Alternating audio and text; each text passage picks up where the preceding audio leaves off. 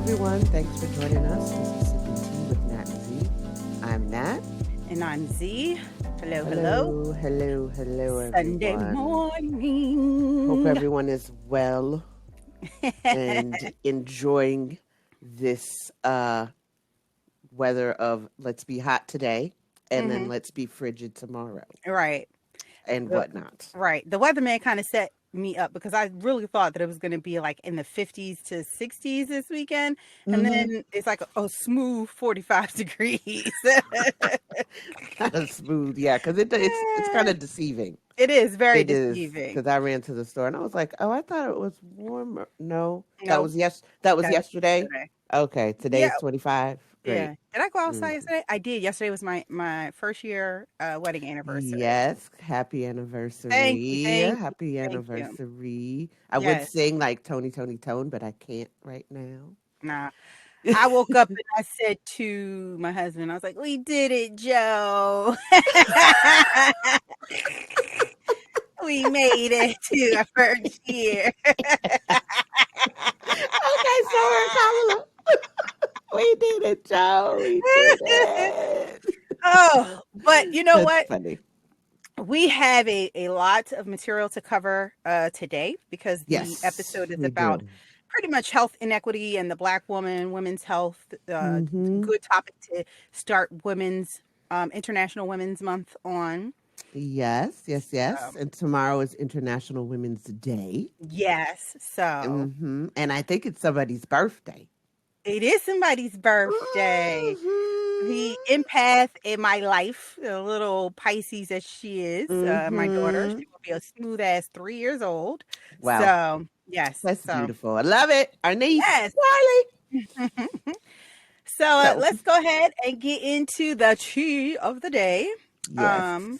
We're not tea experts. Talk to your doctor, which I should have been doing because I am drinking tea and on new medication. I ain't do that, so I need to take my own advice. I'm going to need you to do that. Full disclosure. Thanks. This is not a substitute for medication, and we are not affiliated with any of these companies, nor are these endorsements. So, what are we sipping on this morning? Okay, so in the spirit of it being women's health as a topic we're talking about, I touched upon a couple of teas. I'm not going to go into all of them except for the one that I've had, the one that I enjoy. So there's we're with October Lotus, and they're a Black women-owned tea business, a fellow endo sister.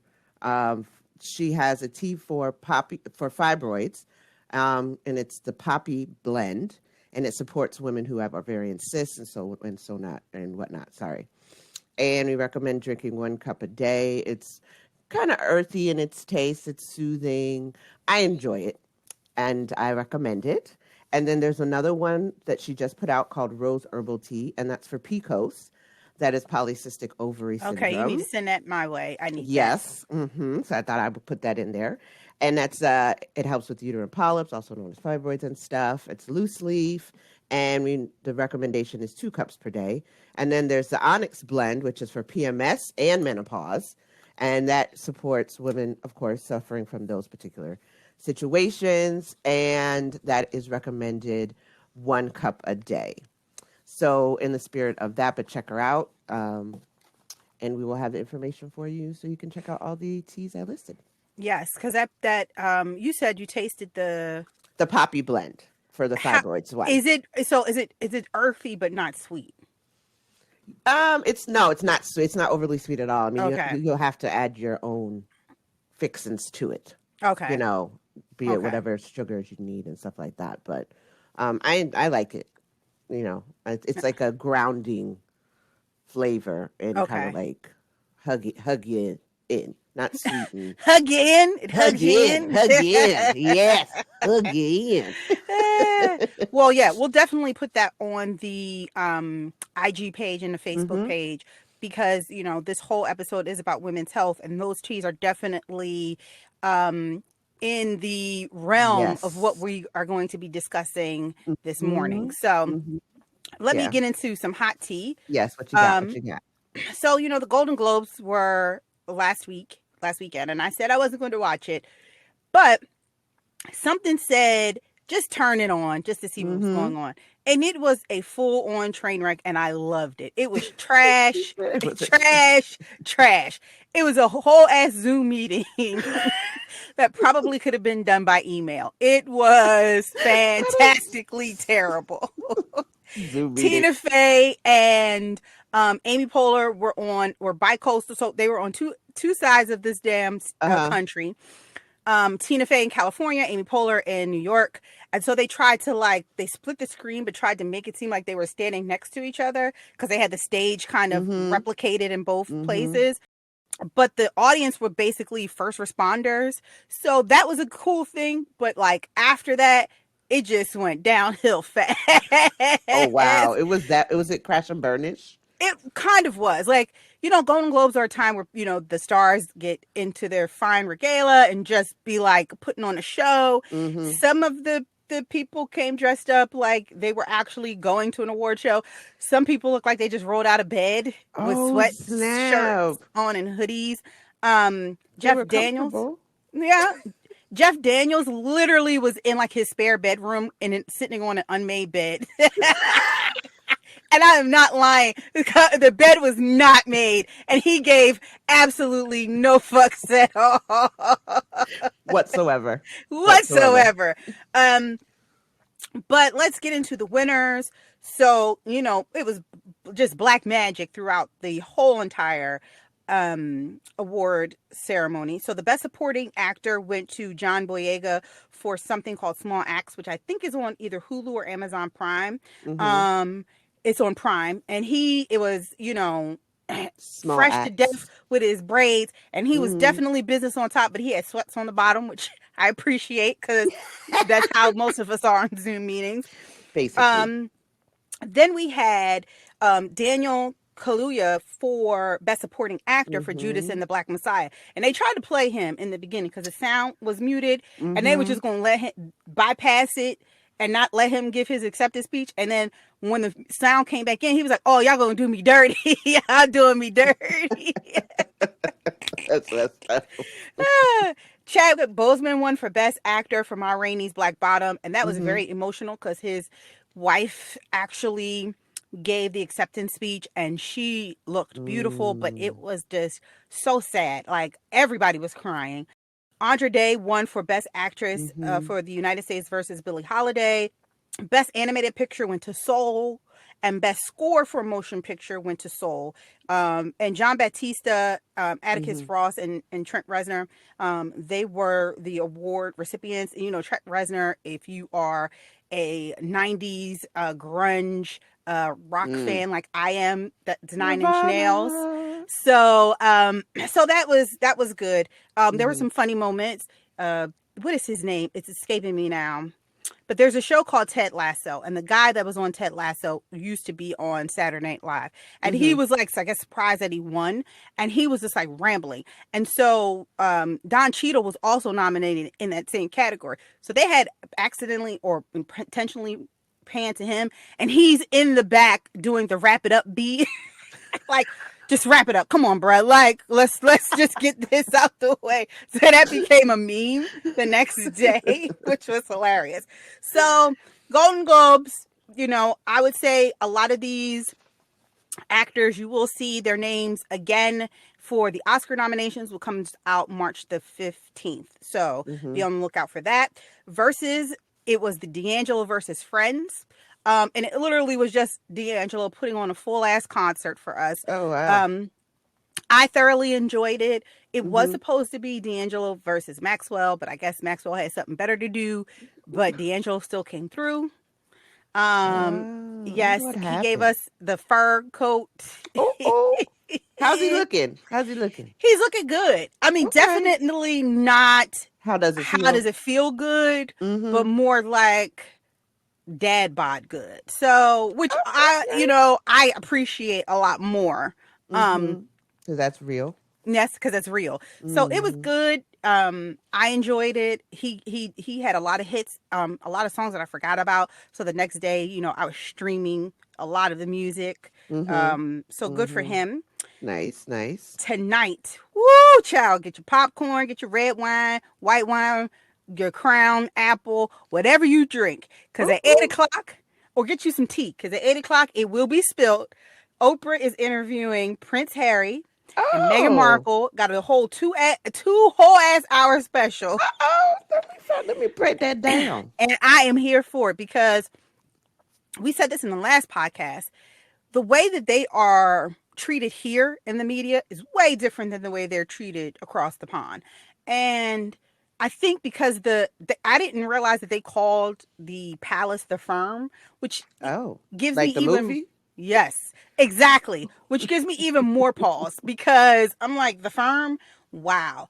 And I think ahead of it they have been like trying to push this narrative that Meghan's a bully and Mm-hmm. that people quit because of her.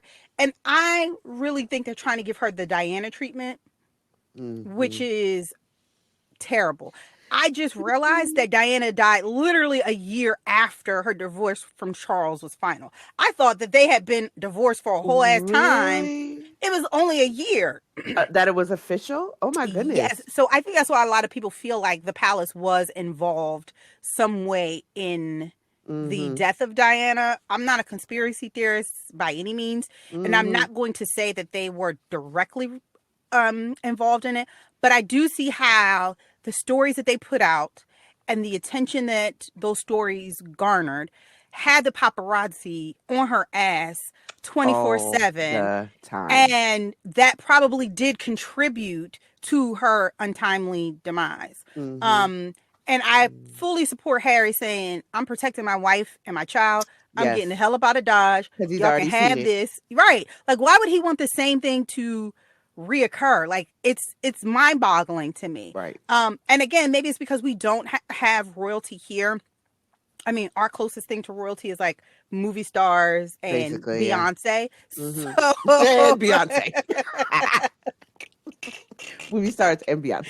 so we don't really understand that dynamic. Mm-hmm. Um, and I think that that's why we're just like, y'all just doing too much over in England. Yeah, it's Where, real. yeah, Mm. but I'm going to be watching it.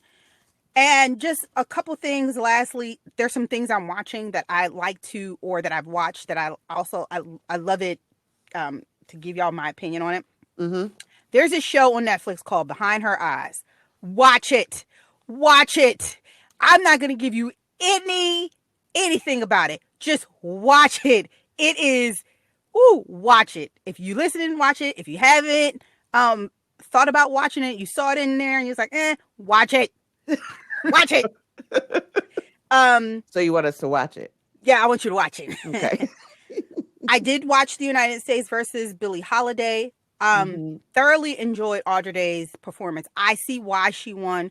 The story was a little, it was a little choppy for me. It was all over Mm-hmm. the place. The screenplay, Lee Daniels is, for me, a step above Tyler Perry with some of his stuff. So, I mean, it wasn't that it was bad. I just am very picky. If my Mm-hmm. husband was like, Jesus, like, you're picking apart everything. I pick apart the script, the cinematography, the Mm-hmm. costume design. Like, there was one part she had like Beijing ponytail, and I'm like, why is her shit so dark? I don't understand. I don't understand. But she deserved that award. She was Billie. I forgot that I was watching someone play Billie Holiday. Put it like Oh that. wow. And what was that on Netflix or Prime? That's on Netflix. Okay. Netflix. Yes. Oh no, I'm sorry. It's on Hulu. That's on Hulu. Hulu. Okay. Yes, that's on Hulu. Coming to America 2, which is on Amazon Prime. I Mm-hmm. enjoyed it. Mm-hmm. I I, watched it I last took it for night. what it was. It Mm-hmm. was not the original, which you shouldn't have expected it to be. Right. To me, the best part of Coming to America 2 was Leslie Jones. She was I funny. found her hilarious.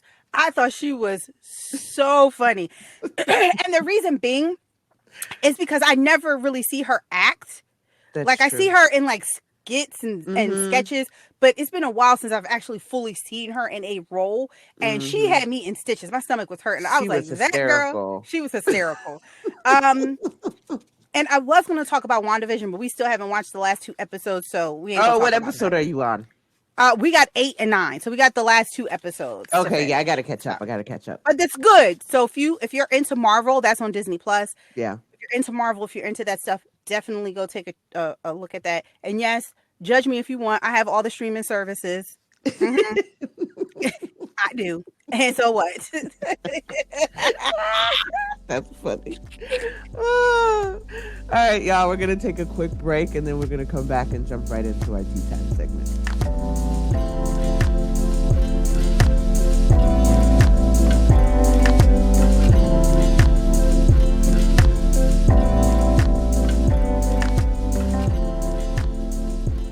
And we're back.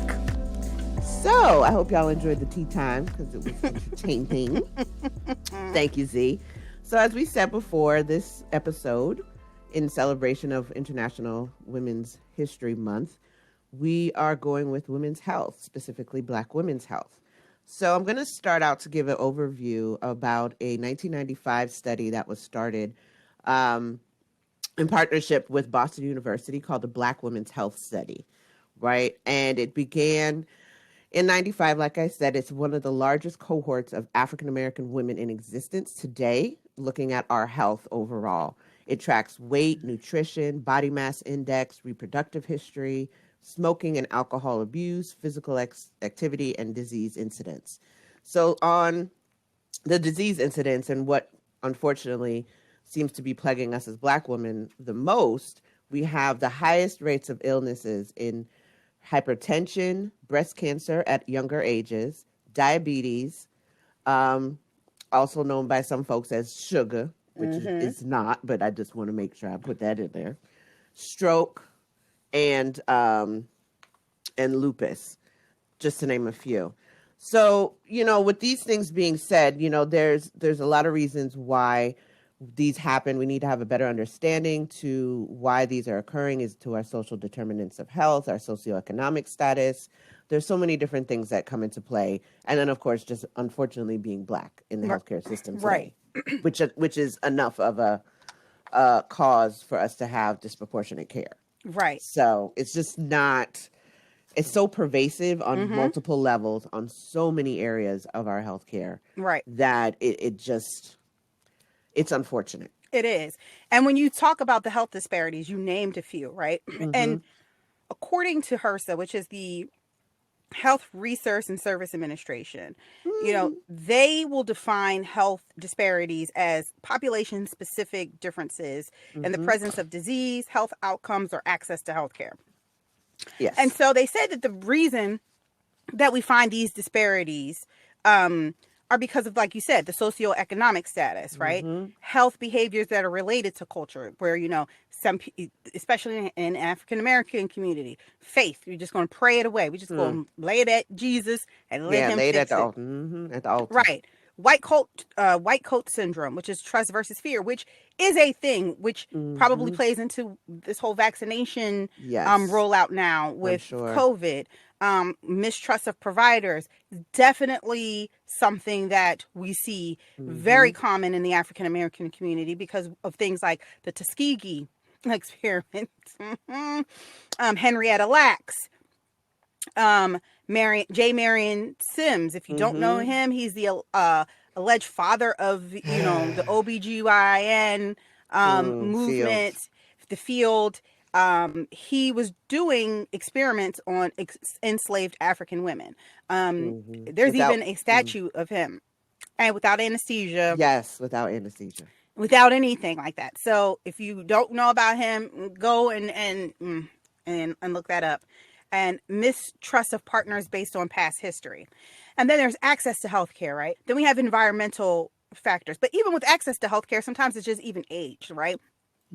A lot of us get dropped off of our parents' insurance at a particular age.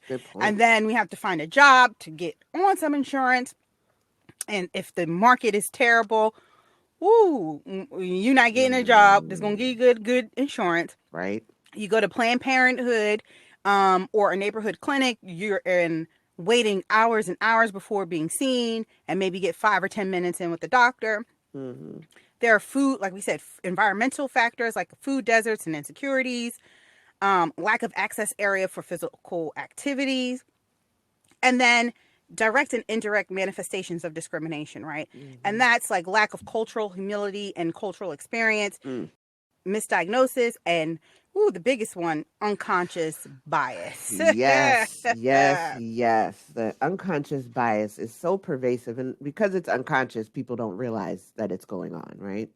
It unfortunately manifests in their care delivery, their healthcare delivery, how they converse with their clients and patients, and what is looked at in the research world for health determinants and or health disparities rather, and social determinants of health. So, just to give you a context for unconscious bias, there's of numerous areas that touch upon this. One of which is confirmation bias, which is pretty much a tendency to interpret new evidence as confirmation of a person's existing beliefs and theories. So, an example of that would be, let's say diabetics are irresponsible with their diet. So whenever this person encounters a diabetic that has been careless with their diet, they place greater importance on the evidence supporting their already existing belief, right? Then we go into prejudice, which of course is an idea or opinion, usually negative, that is not based on fact, logic, or actual experience, which we all know that is extremely pervasive when folks are talking about prejudice. And that would be believing that all obese patients are weak willed and not likely to comply with treatment. That's a huge one. And people don't know what's going on. I mean, we all know we've watched a 600-pound life. Some people, of course, are responsible, and other people really have health situations that are adding to them being obese or living that Yep. particular lifestyle. You know, discrimination, the unjust or prejudicial treatment of different groups or people or things, especially on the grounds of race, age, or sex. So we all know how that works. And the significance of Women's History Month is, of course, to combat the discrimination as far as gender. And then the last one, oh, this one is a good one as far as discrimination, believing that young black males are more criminally inclined. And we all understand the narrative that the media has put out about that, Yep. which contributes to if a black man walks down the street and somebody grabs their purse or something to that effect. So those types of things are very pervasive. And then stereotyping, which feeds into the discrimination component, which is the critical attitude people hold towards those outside of their own experience who are different. Stereotyping unfortunately, can be a result of incomplete or distorted information, and then it's accepted as fact. So believing that men are stronger and able to tolerate pain better than women, which is a lie. I just want to put that out there. Women, we are freaking warriors and rock stars in that department. We are. And yes, I'm going to just leave it right there. Yes. And I would say if you want to get more information on, the unconscious bias, you can go to Start Moving and Start Living, which is where we gathered a lot of this information from. Mm-hmm. And you can read more on unconscious bias and how it affects Black women in the healthcare system. Mm-hmm. Um, and so when you think about that, you're thinking about all this unconscious bias, and you're like, well, how am I able to fight that? How can I combat that? How can we mitigate that bias? Mm-hmm. So, for us, the thing that we said was, this isn't the only way, but this we feel is the best way. And this is why we feel it's the best way, because this is what we've had to do for ourselves Mm-hmm. with our own health challenges. Choose a Black doctor, because representation matters in It healthcare, does. right? It does. And when you do that, it can decrease implicit bias. It can Mm-hmm. increase your patient satisfaction. It can improve your ability to make medical decisions, right? Mm-hmm. And it can increase patient provider communication and patient centered communication. And I think it also helps with diagnosis, Mm. because a lot of the times there are things that affect Black women Mm. disproportionately, that having a and not a person, a doctor of color, specifically a Black doctor who has knowledge of these areas, will be able to diagnose you with. And the reason Mm-hmm. why I'm saying that is, as we go through it, me and Natalie have dealt with our own health challenges that really, in my case, could have been dealt with earlier if I would have chosen a Black physician to really look at the issues and symptoms I was describing. Mm-hmm. So, that's very important. Extremely, extremely. And then, as far as looking at these conditions that we're talking about that we would wish, you talk to your black doctor about should you choose to. There's 8 health conditions that unfortunately disproportionately affect us as black women.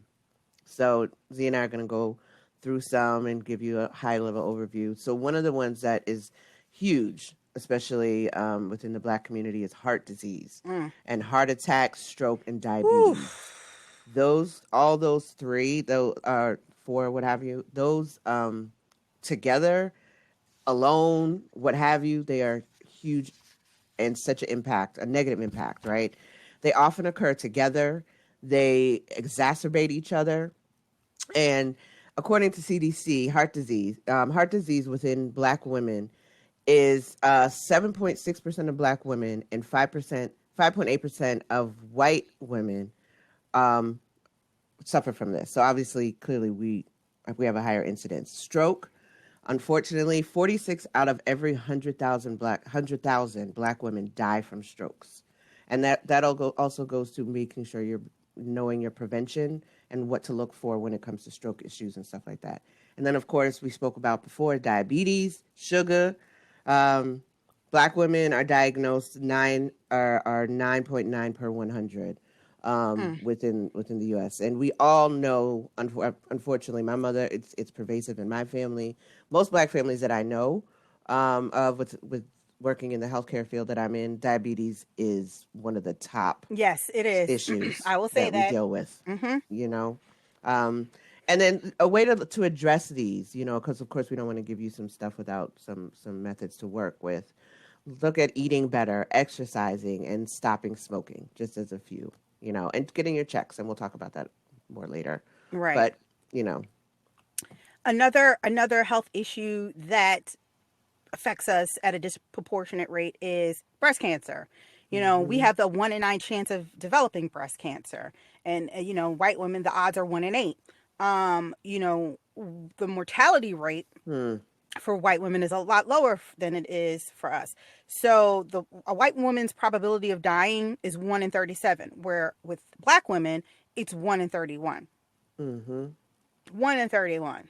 Mm. And that's because we get diagnosed later. Yes, and my mother actually died of breast cancer. That then, when it came back, it was more aggressive and it started to affect hmm other areas. Exactly. That's usually, unfortunately, what happens when it comes down. Socioeconomic status does play a huge part hmm in,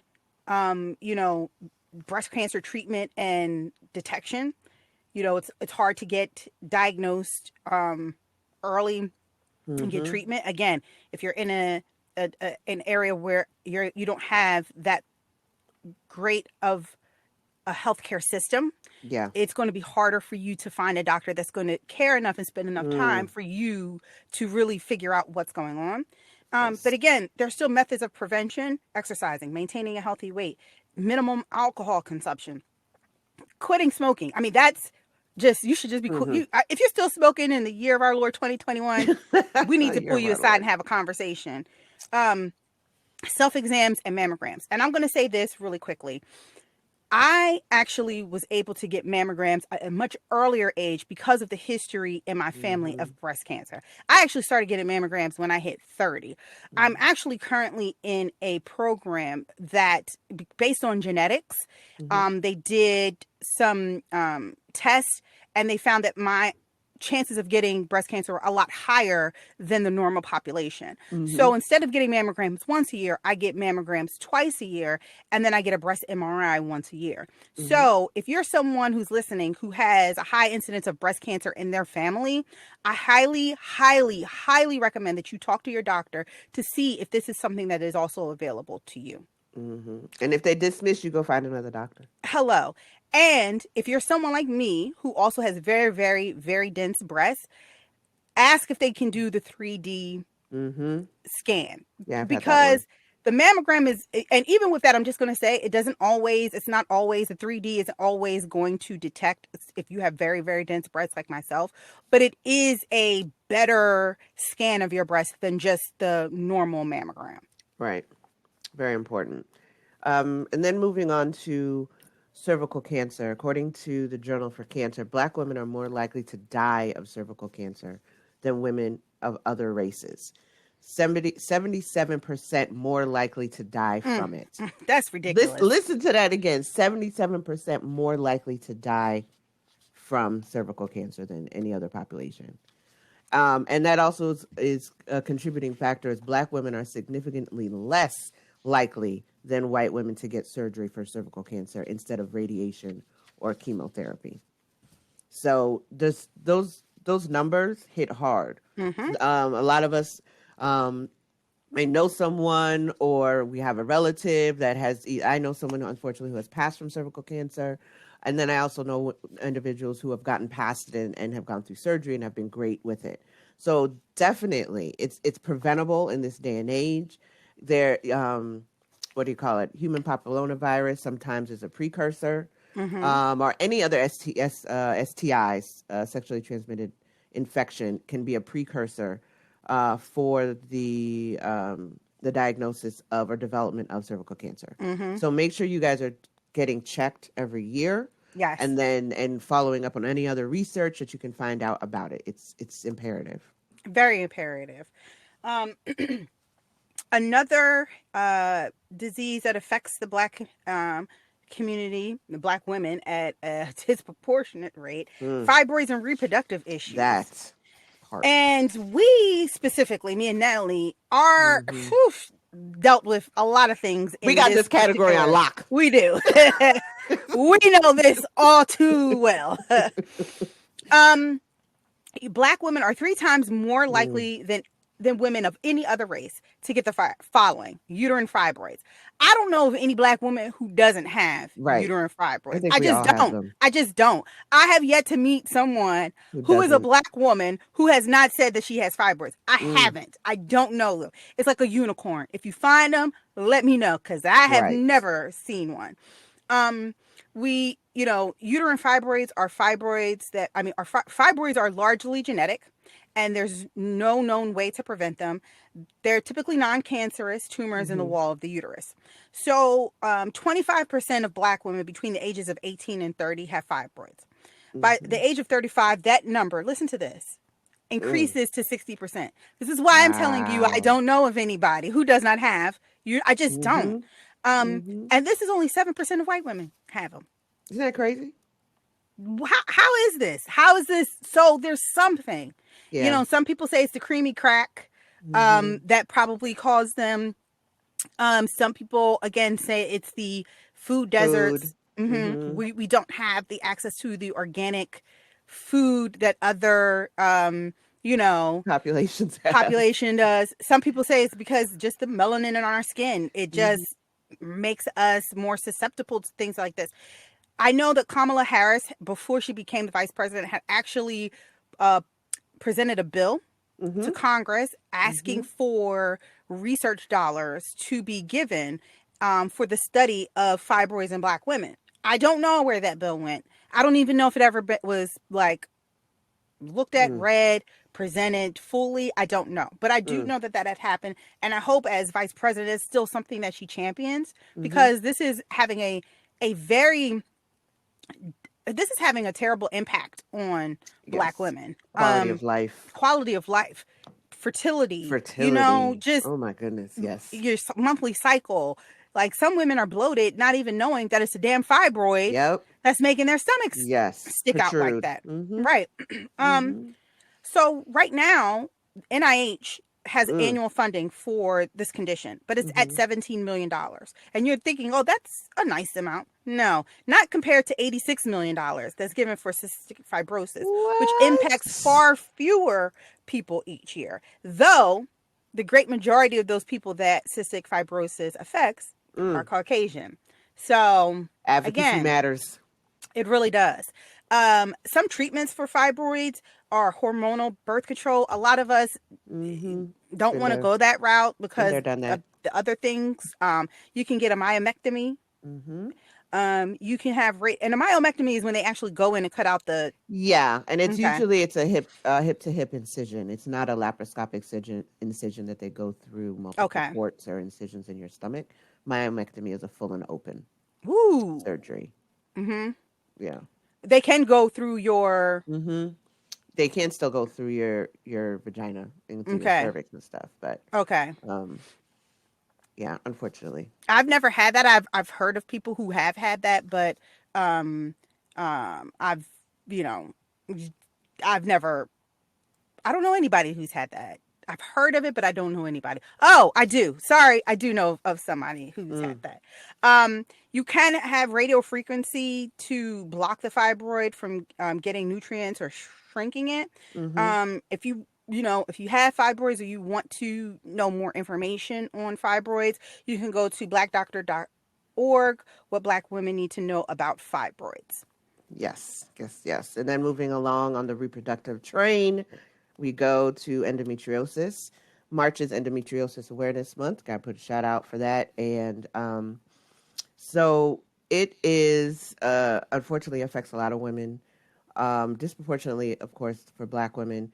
And it's one of the top reasons why we are infertile and are not able to sustain pregnancy, right? So some of the symptoms include pelvic pain, dysmenorrhea, infertility, and abnormal vaginal bleeding, often diagnosed in us as pelvic inflammatory disease, which is a sexually transmitted infection. So a study on the obstetrics of gynecology reported 40% of African American women were told they had PID, in reality had endometriosis. This has Mm, happened to me. mm, I've been living with endometriosis for over 25 years. They erroneously, of all the doctors that I went to, even after I had been diagnosed, they told me that I had pelvic inflammatory disease, which was not the case. And I got sidelined. And it takes an average about 7 to 10 years to get diagnosed. Usually it's a little bit longer for Black women or women of color, unfortunately. So there's a lot of information out there. There's a conference happening for endo at the end of the month. We'll post that on our site for information. yeah. And well, let me ask you this. Is there a test that you There can is no take? test. The Okay. only way to diagnose endometriosis is through laparoscopic surgery that I mentioned earlier. Mm-hmm. A lot of times, a lot of us have gone through several surgeries. Unfortunately, I've had five. I have some ladies in my endo group that I've had 10 to 16. It varies. Unfortunately, a lot of doctors don't know or understand there's no cause, there's no cure. It can be extremely painful. There's four different stages. Stage one could be as painful as stage four, but it goes to how your body processes all of Mm-hmm. the pain and stuff like that. And it's all relative. It is all relative. But there is no test. Unfortunately, there's tons of drugs that you can be put on for it. A lot of them are hormonal and will put you into menopause. I've been there twice. Not fun. Um, but there are different drugs that are also on the market that unfortunately you just have to be really mindful. One of the drugs that a lot of us have been on was originally, and I'm not going to say what drug it is. It was originally made for men with prostate cancer. So if this Mm, gives you any context as to how the research is not directed towards us, they gave it. It was for men with prostate cancer, and then they gave it to women to help address endo. But it doesn't help, and the side effects to me are horrible. But that's just my take on and it. So and so what is the most drastic way that someone who may have this, what's like the most drastic way that they can, I don't want to say get rid of it, or but well, there really is no way to get rid of it mhm, because there is no cure. A lot of people say get pregnant. That is not getting pregnant does not solve mhm, endometriosis. It is, because like I said, it is the reason why a lot of women aren't able to get pregnant, mhm, and contributes to their infertility. So the one of the ways I guess to manage it is your diet. mhm. So I think one Tia Mowry or Tamara Mowry, I can't Yeah, remember which Tia, one. it's Tia that Tia. had, uh-huh. Yeah, so Tia has also has endometriosis with Pete Goldberg, a couple other folks. One of the chicks I can't remember, Lena Dunham, whatever Yeah. her name is. Yeah, she has Mhm. it, and it's kind of been brought to the forefront. But a lot of women that, or Tia, let me go back to Tia. She decided to do a cookbook on how Mhm. to approach better ways to hopefully help with that with your diet. Some people it's gluten, some people it's allergies and they don't know. I mean, it's Right. a range of different things that people have tried to Mhm. help combat it. For me, unfortunately, that hasn't been the case. A lot of times people tell you a hysterectomy will cure it. It does Right. not. And that's where I was, because I Hmm. know that that has been something that I've heard continuously, like, oh, well, if you just get a hysterectomy, everything will be That is okay. no, that is not the case because endo is happens outside of your uterus. So there's particular cysts. Your body will has a cycle like normal, but the blood for whatever reason is outside of your uterus and it attaches itself to your organs. It causes Mm. little chocolate cysts, which are blood filled cysts, and it attaches itself to other parts of your body. You can have it in your lungs, you can have it in your legs, you can have Oh, it in your wow. See, I heart. didn't know that. Yeah, Okay. I mean Okay. it travels, which is why it's so painful Mm-hmm. because it can be all over. You can people have had it in their eye, in their brain, like it is all over because it is a bloodborne disease. It can travel to wherever there happens to be Okay. blood, Okay. right? Okay. So a That lot makes of times you just people don't realize that it is that painful because it exists everywhere and it's a right. chronic illness. It's covered under the American with Disabilities Act as well. So this it's just about a matter of educating yourself, getting your going to multiple doctors um, to get a diagnosis. There's resources out there now to do to get some guidance on it. But if someone tells you you need a hysterectomy to cure his endo, that's not true because I still have endo and I had a hysterectomy because it's outside of your uterus and it Okay. attaches to other parts of your body. So, Okay. yeah. Ooh, well, if there's anybody out there who has endometriosis or may possibly think that that's what's going on, please reach out to Natalie. You can you can send us an email at Yes. Sippin T Nat N, the letter N, Z at gmail.com. We'll actually Mm-hmm. even put that up on our IG Mm-hmm. page and our Facebook page. If you have any questions specifically about endometriosis, please reach out to Natalie and Mm-hmm. she will give you as much information as she possibly can. And Yes. Thank you. Oh, and just as a sidebar for Endo Black, which is Endo is an organization I'm in specifically for Black women with endometriosis. So there's some other resources that we provide that are not unfortunately mainstream. So so that thank you for that information. That's some good information because it's information that we don't no, ever really receive, because you're the unfortunately, only person who I've ever had talk to me about endometriosis, not even my doctors. right. So, which is unfortunate, right? So, Mm-hmm. and another disease that I've never had anybody talk to me about until recently, and recently because I just found out that I have it, is PCOS, which is polycystic ovary syndrome. Mm-hmm. It's most common and it's most common and least spotlighted issues that plague the ovaries. Mm-hmm. It affects 1 in 10 women and 1 in 20 women of childbearing age. Higher percentages are found in African American females at the incidence at 8%, Latinas at 13%, and then Caucasians at 4.8%. Some of the signs include difficulty getting pregnant, weight gain, trouble losing weight, thinning hair, Mm-hmm. hair loss from the head, and then excessive hair growth on face, chest, and back. And Mm-hmm. let me say this very quickly. I've been dealing with a lot of different issues. My cholesterol had been really high. They kept saying that I was pre-diabetic. There were just a lot of things that were going on in my body. And I kept trying to explain that I think that, it's something else. It Mm-hmm. can't be this. It can't just be this. It can't just be diabetes. Um it can't just be high cholesterol. It has to be, there's something else going on in my body.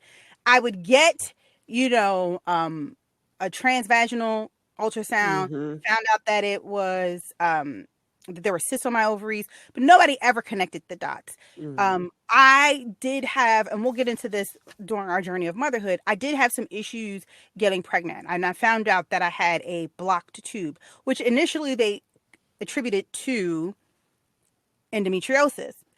Come to find out, it was actually PCOS.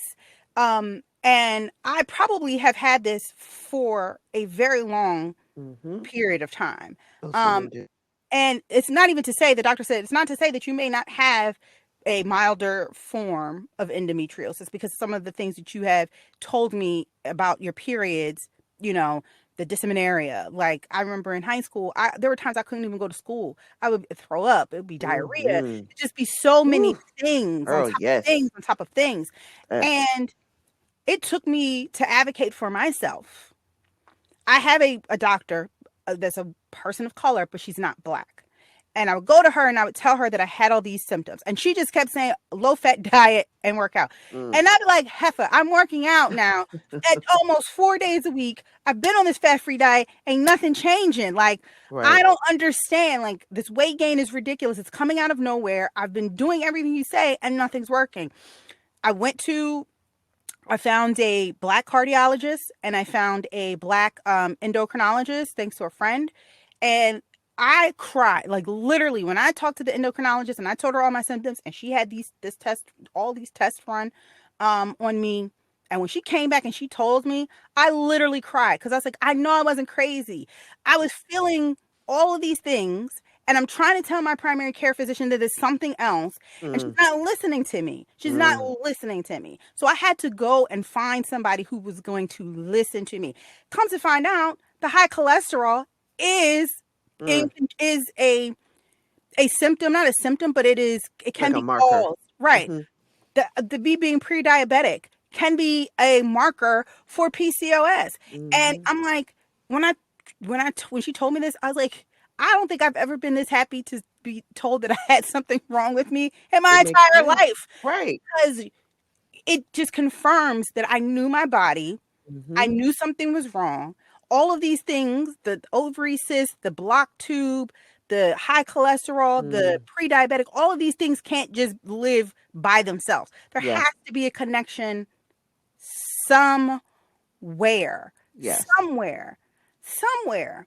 It has to. It has It to be. has to. And I'm telling you, if you think that there is an issue, like even my hair, like I was like losing my hair is like thinning out in the front. And I'm like, I'm not trying to be 45 years old looking like George Jefferson out this bitch. I got to be fine in my old age. Natural Like, Jefferson. I ain't trying to go out like this.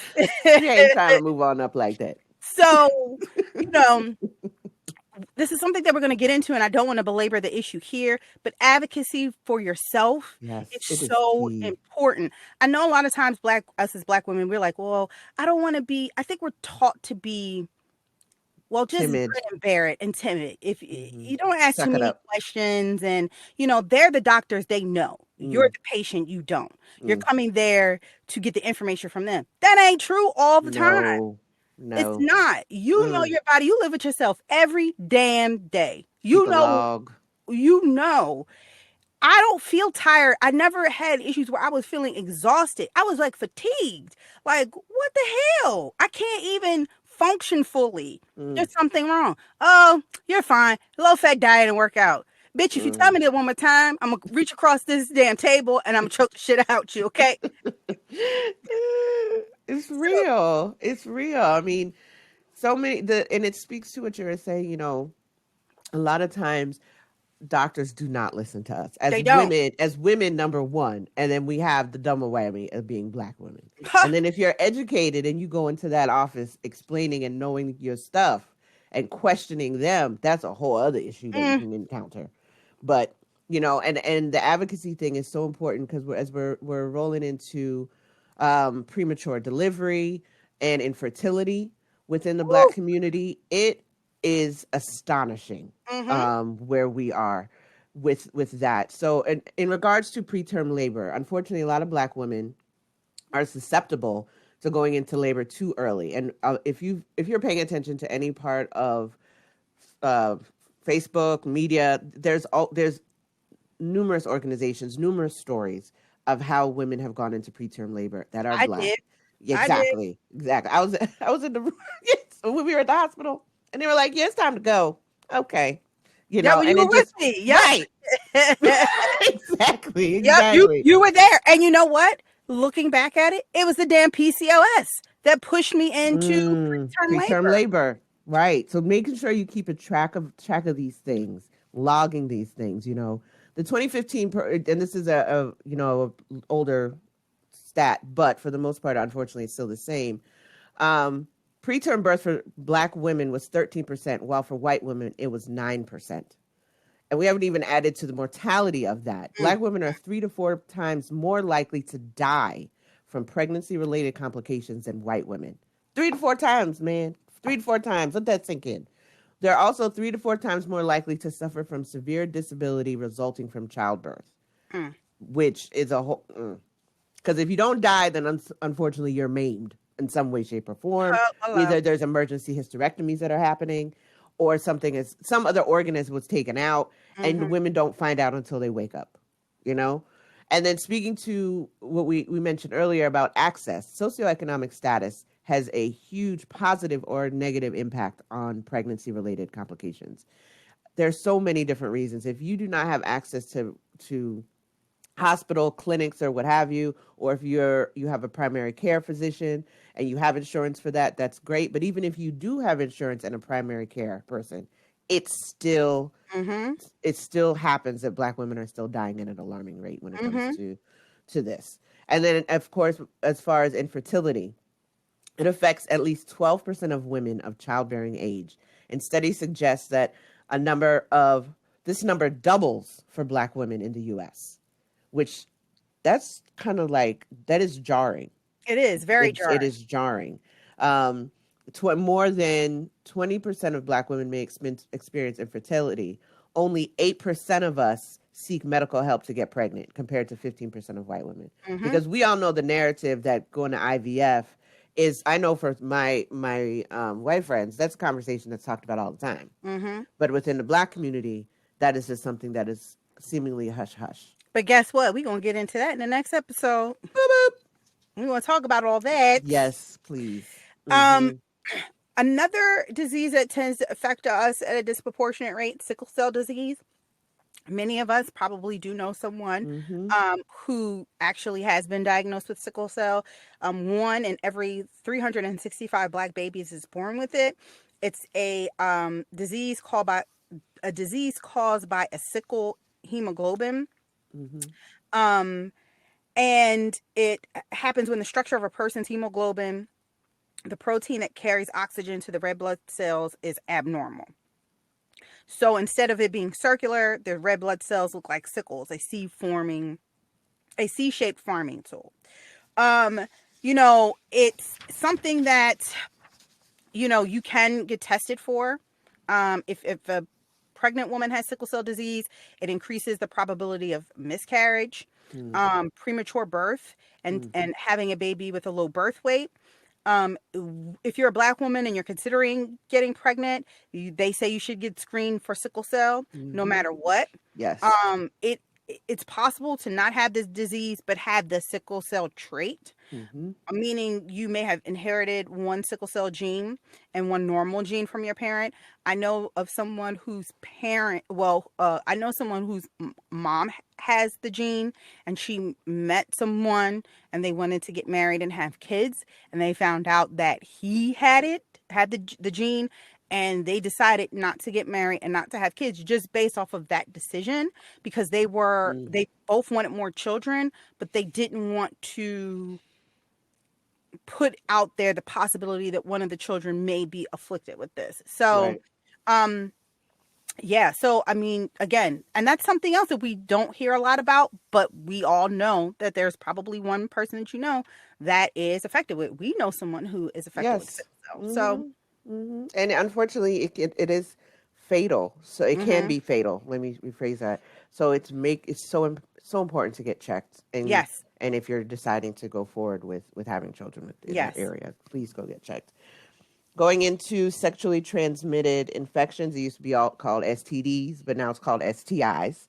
Um, Because I guess infection sounds so much better than I disease. guess I'm not really sure, but it's a disease. It But yeah, sounds the same to me. so STIs, right? Mm-hmm. So unfortunately, Black women, we still outpace other groups when it comes to new diagnosis of STIs, along with new diagnosis of syphilis, which unfortunately has been in the uptick arena in the past 2 years. Which is, so everybody out there, I know y'all folks are concerned about HIV and what have you, but syphilis is no joke. In my field, we see that it presents itself a lot because folks kind of dismiss their other sexual practices or being safe in their practices, thinking I only need to worry about HIV or getting pregnant. Mm-hmm. Unfortunately, that is not the case.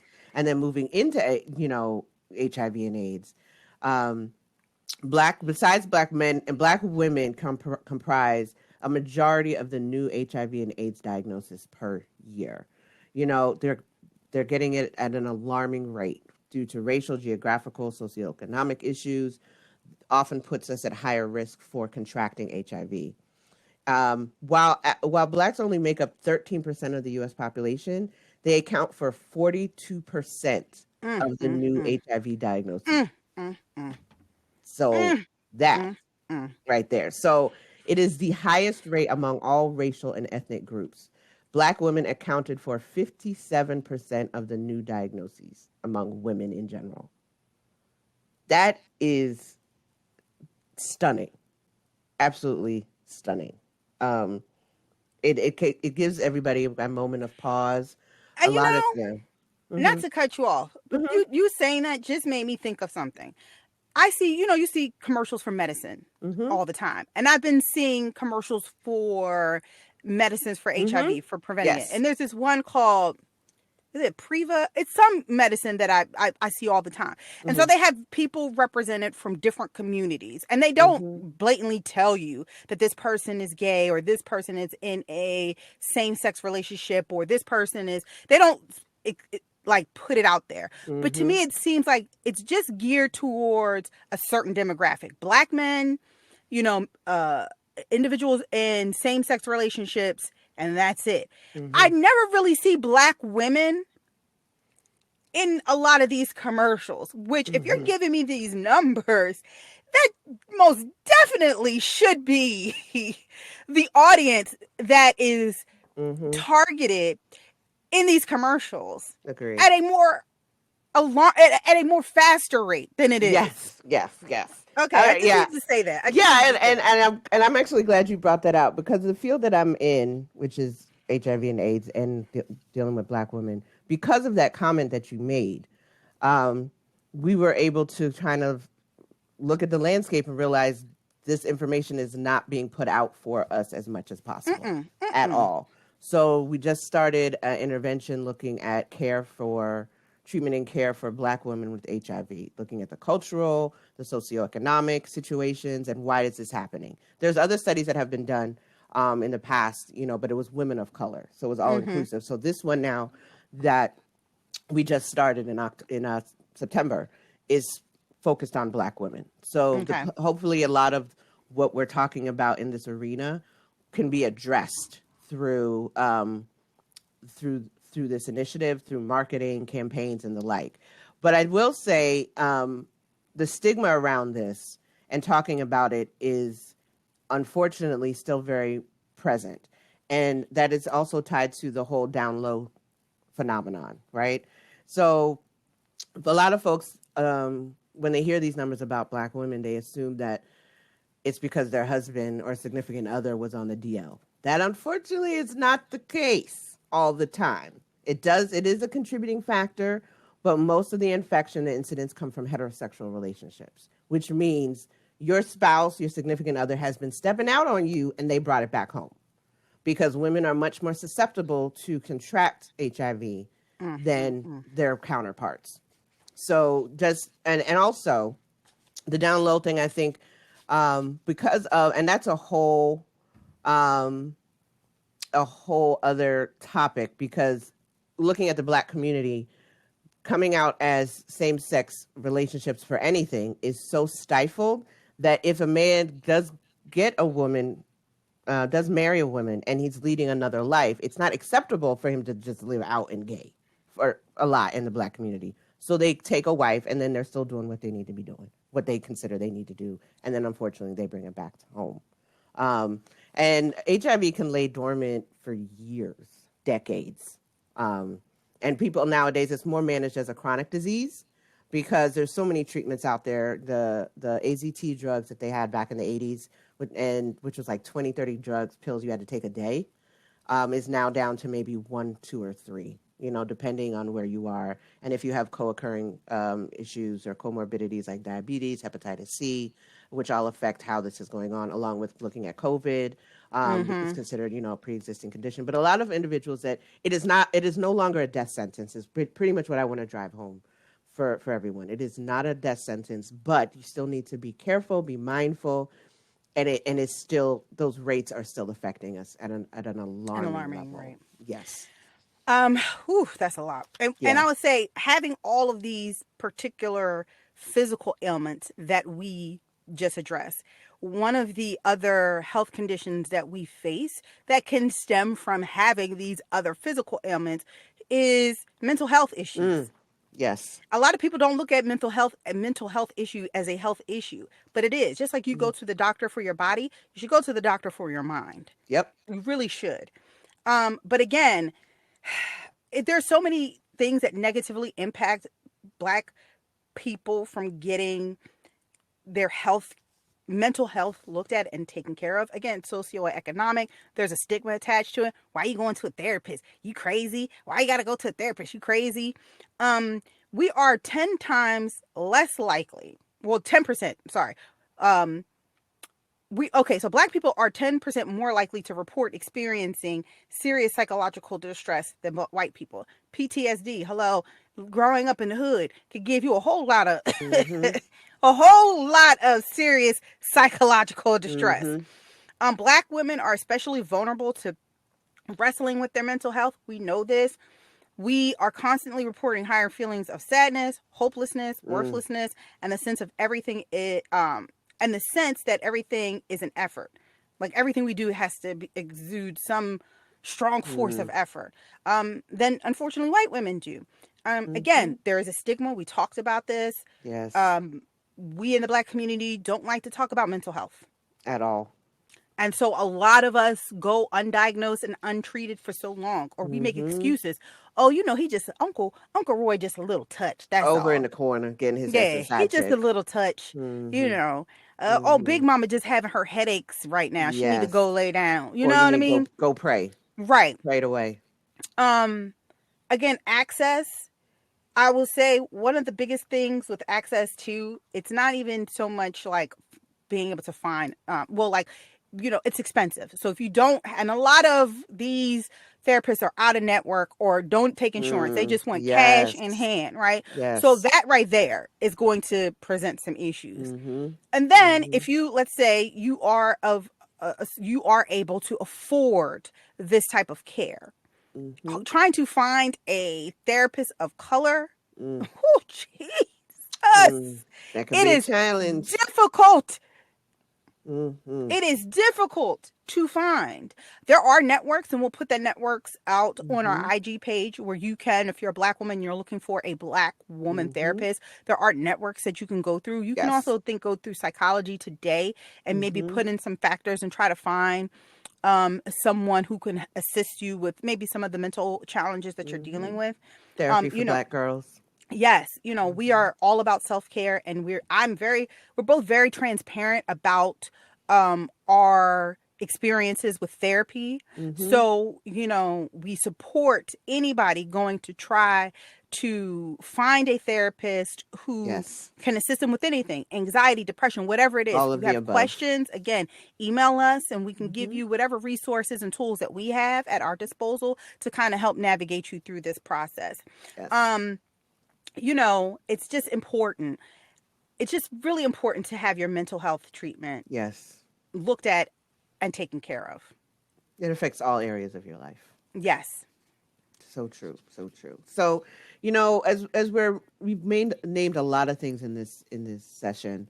So we wanted to touch on some resources for pathways to better healthcare. We talked about prevention and what that can involve and being mindful. Go to your yearly appointments, please. Whatever those may be, if it's your dental, your annual, your mammogram, all of the above. You need to be Mm-hmm. your best self, your own self advocate. I'm that patient that shows up with articles, a list, and the doctor's looking at me like, "Oh hell, you're one of those." Yes, I am. So, and a lot of times some doctors give pushback because they're like, well, who are you to tell me about X, Y, and Z? But I will go I've gone into my OBGYN offices and said, okay, I saw an article on this, and this, and the drug and this, that. And they're like, oh, so you've done your research, I see. Yes and yes, because a lot of times they will not do that for us. Because that 15-minute window, that's all we get. So make the best use of it, right? Um, Also, which can be helpful when you're talking to clinicians, ask if they have electronic health records, which a lot of that's becoming a little bit more common now, that they can all speak to each other. But in my field, unfortunately, that's one of our biggest I guess things that kind of irritates us, because the systems don't talk to each other, and then doctors don't talk to each other. So if there's, like what Z was saying, she had six, all these different things going on, and nobody was able to connect the dots for her. So being able to get into electronic health record where doctors can see each other's notes and diagnoses, and it can inform how to go about treating your particular situation, right? And that speaks to being open to coordinated care and having a health home, which speaks to that, because a lot of us are not able to go to one place, or if you are, then it's great, because then they can all talk to each other. But if not, at least you have the electronic health record option. And like we said before, self advocacy, do research on your condition. Express healthy skepticism about your diagnosis. Diagnostic errors are common. Hello, which team? Yes, because yes, it's happened to me. I think most of us have all been misdiagnosed Mm-hmm. multiple times on Mis multiple levels. misdiagnosed or miss both. We've Yeah. we've been diagnosed with something that isn't correct, Mm-hmm. and then just Missed it. missed Missed it. the They just missed diagnosis. the whole damn Missed diagnosis. the diagnosis. There's misdiagnosis, and you missed the damn diagnosis. Exactly. Missed the whole damn thing, right? I'm telling you, all of that. Just you was over here and this, and you talk apples and oranges, and they talking about papayas and grapes. All of that. All of that. um, get your recommended treatments and screenings. I know people think those are suggestions, but there's a They are reason for it. not. They are not. They are not suggestions. If someone says get a mammogram every 2 years and you're black, bump that up.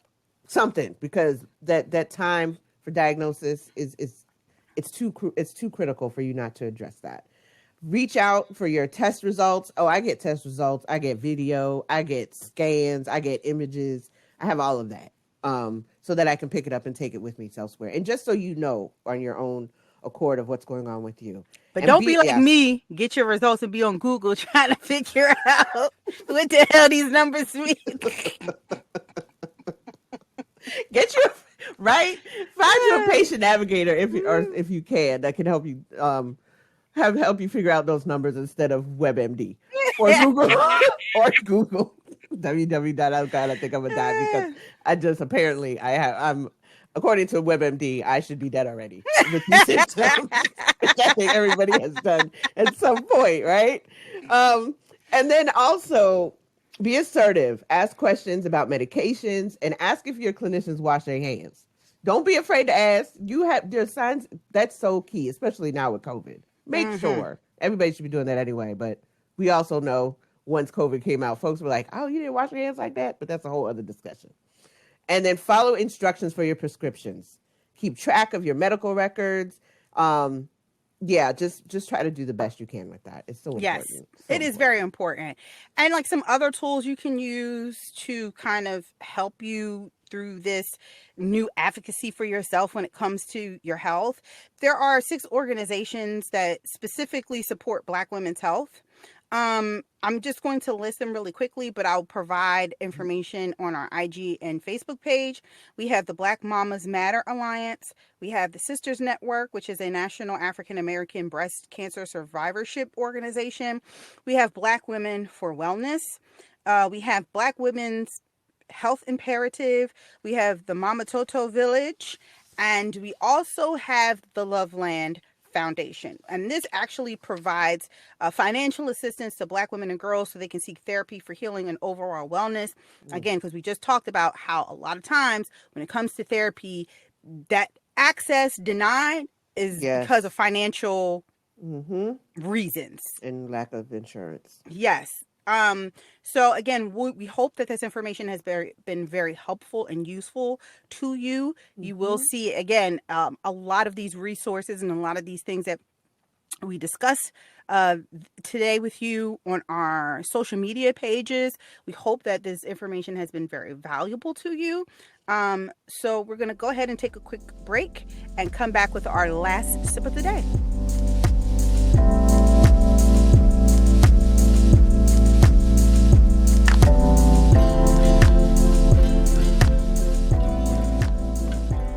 And we're back. We are here with the last sip of tea with your hood Dalai Lama, and I am your hood Dalai Lama. Here's today's quote. As a Black woman myself, I have had to learn that I don't need anybody else to place any value on me or tell me that I'm important. And that's Nina Westbrook. She's the wife of Russell Westbrook, and she's been very instrumental in doing a lot with Black women's health as of late. And so, here at Sippin T, our main objective has always been to help women understand the importance of self-care. And self-care is especially important for Black women as we have been conditioned to pour from an empty cup, putting everyone and everything ahead of ourselves and our personal needs. And we subscribe to this notion that we must maintain a strong persona, which causes many of us to suffer in silence, dealing with pains, ailments, and conditions that when we finally deal with them, it can be too late. We also find it very difficult to advocate for ourselves and our needs, all while knowing that communication is the key to great health care. We need to change from a passive patient to an active advocate. I'm going to say that again. We need to change from a passive patient to an active advocate. Listen to yourself, communicate your concerns and wishes, and take notes. Your health is worth fighting for. And that is the last sip of tea with your hood Dalai Lama. Thank you for that. So important. Thank you for joining us this week on Sippin T with Nat Z. You can follow us on IG at Sippin T_Nat_Z_pod and at Facebook at Sippin T Nat Z to get information on upcoming podcasts, topics, guests, and news. Thanks for listening, and see you next episode where we discuss the journey to motherhood. Thanks, y'all. Be safe.